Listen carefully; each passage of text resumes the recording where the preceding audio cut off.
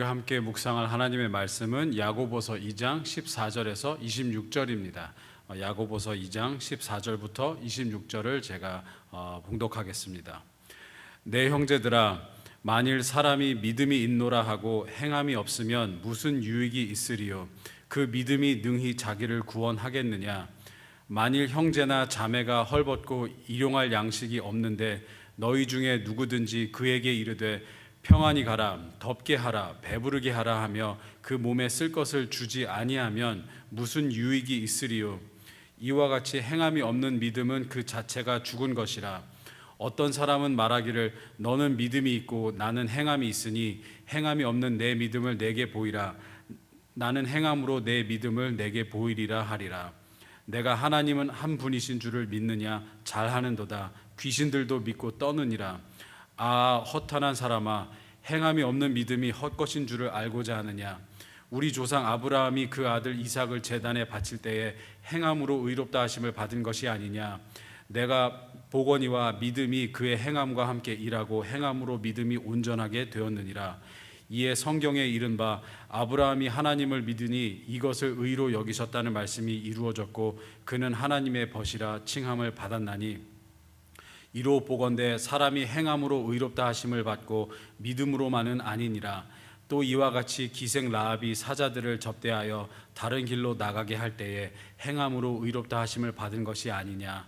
영혼 없는 몸이 죽은 것 같이 행함이 없는 믿음은 죽은 것이니라. 아멘.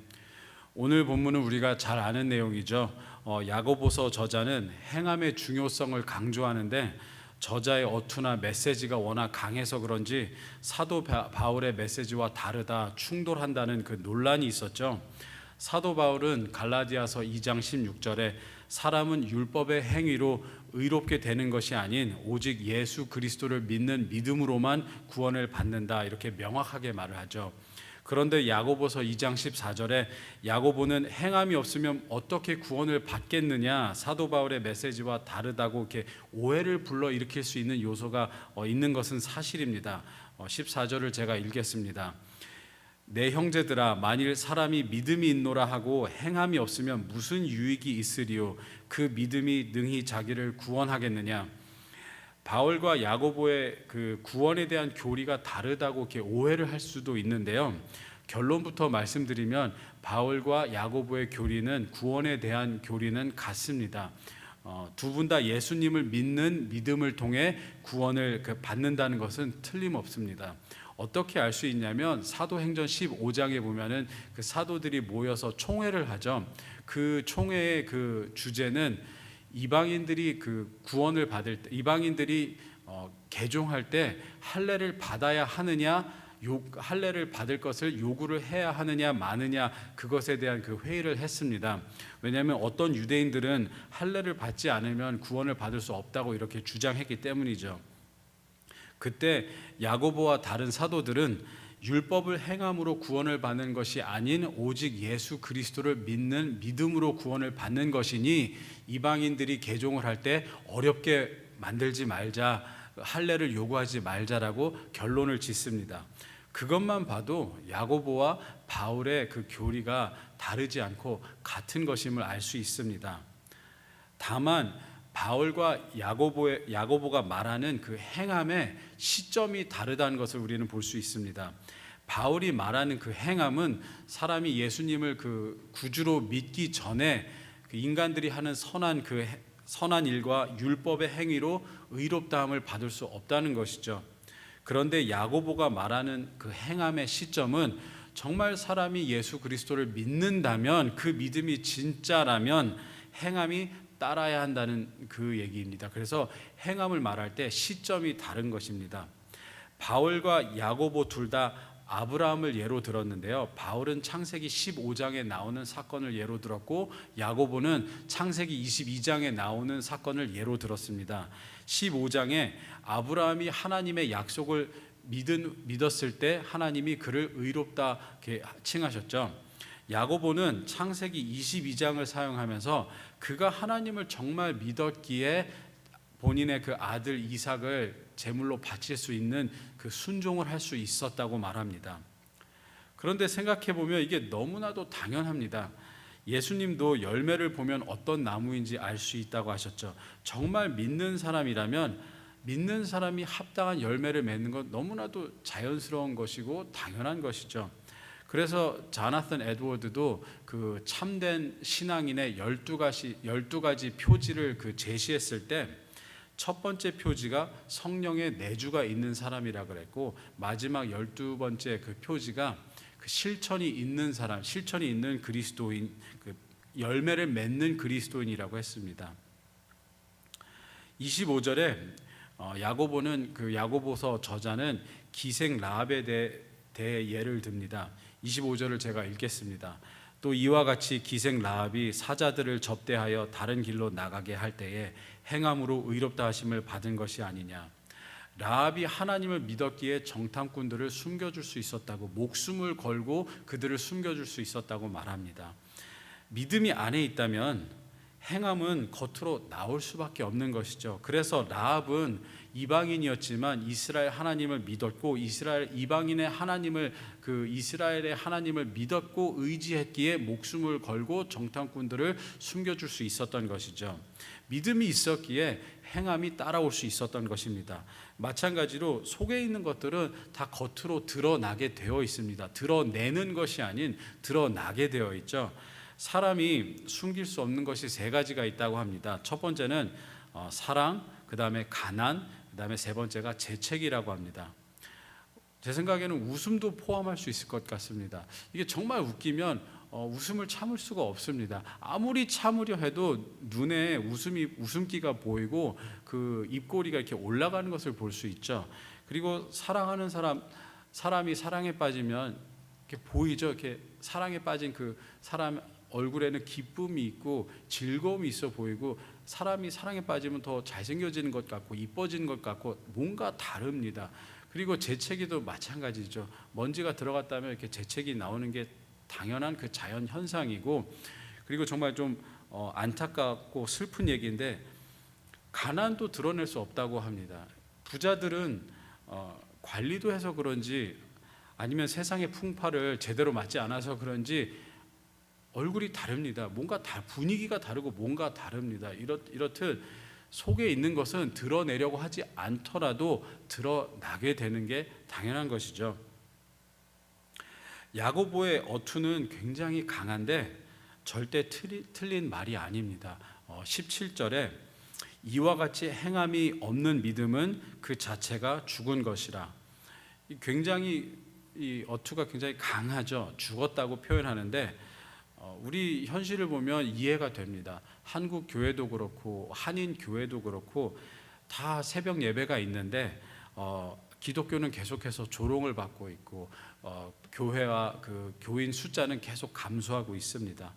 1970년도에는 미국의 그 인구 중 90%가 하나님을 믿는다고 했는데 이제는 69%밖에 안 되고 2050년도에는 50%도 안 될 거라고 합니다.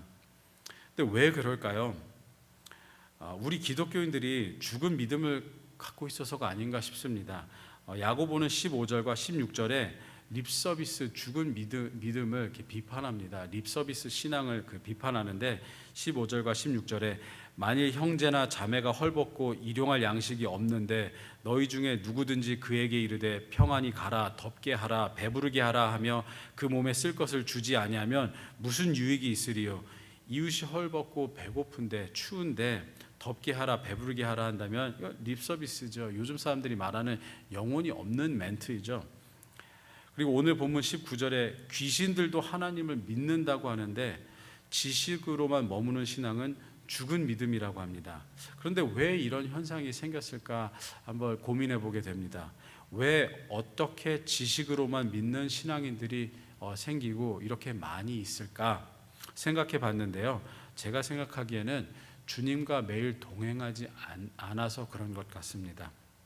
기도는 하지만 하나님이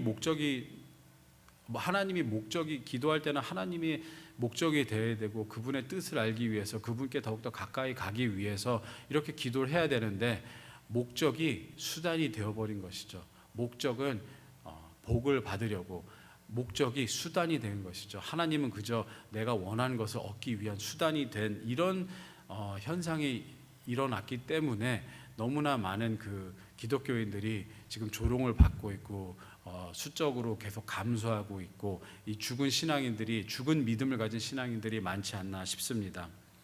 주님과 매일 동행하면 성령님께서 우리 안에 내주하시기 때문에 하나님의 뜻을 말씀해 주시죠. 우리가 머리로만 우리가 머리로만 그 믿고 행함이 있는 종교 생활을 하지 않게 되죠.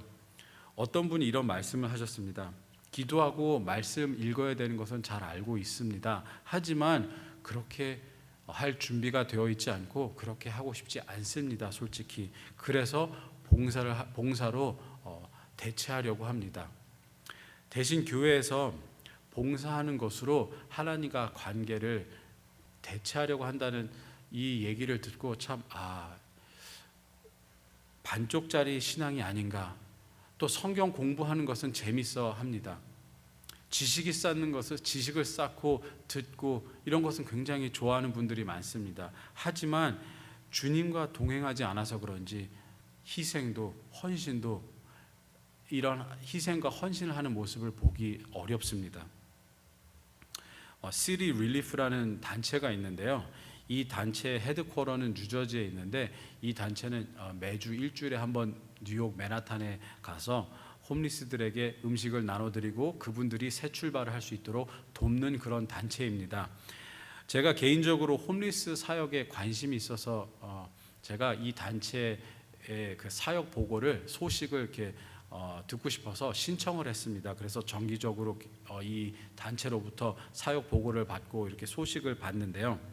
몇 달 전에 이 단체에서 하는 사역 그 보고를 읽는데, 어떤 홈리스 분이 마약의 그 중독 때문에 홈리스가 되시고 힘들게 사시던 분이 이 단체를 통해서 마약을 끊고 새 출발을 할 수 있게 되었다는 기쁜 소식을 읽고, 제가 이 단체 정말 대단하다, 너무 좋다, 기쁘다, 이런 생각을 갖고 있는데 제 안에 성령님께서 저한테 책망하시는 음성을 들었습니다. 성령님께서 너는 그렇게 좋으면 왜 이 단체를 후원하지 않니? 이렇게 책망하시는 음성을 들었습니다.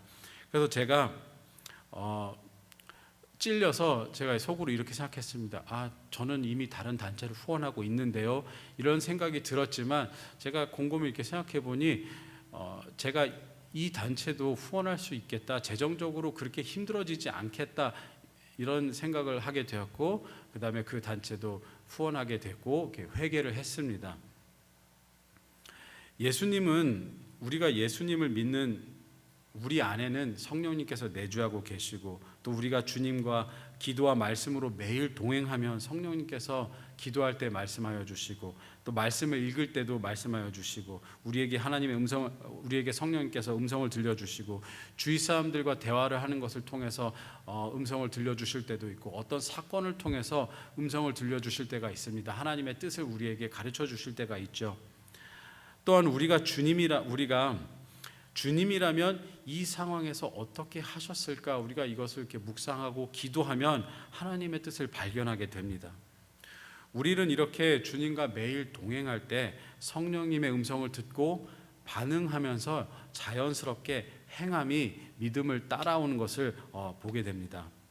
오늘 하루를 시작하실 때 주님과 동행하시면서 가정에서나 일터에서나 미국 사회의 구성원으로서 행함 있는 믿음의 삶을 살아내시길 예수님의 이름으로 축원합니다. 같이 기도하겠습니다. 하나님 아버지, 오늘 하루도 저희들의 삶을 인도해 주시기를 원합니다. 하나님께서 하나님의 되심을 저희들의 삶을 통해서, 저희들이 가정에 있을 때나 일터에 있을 때나 어디에 있든지 하나님이 하나님 되심을 저희들의 삶을 통해서 나타날 수 있도록, 증거할 수 있도록 저희들을 인도하여 주시고 저희들에게 지혜를 허락하여 주시옵소서. 예수님의 이름으로 기도하였습니다. 아멘.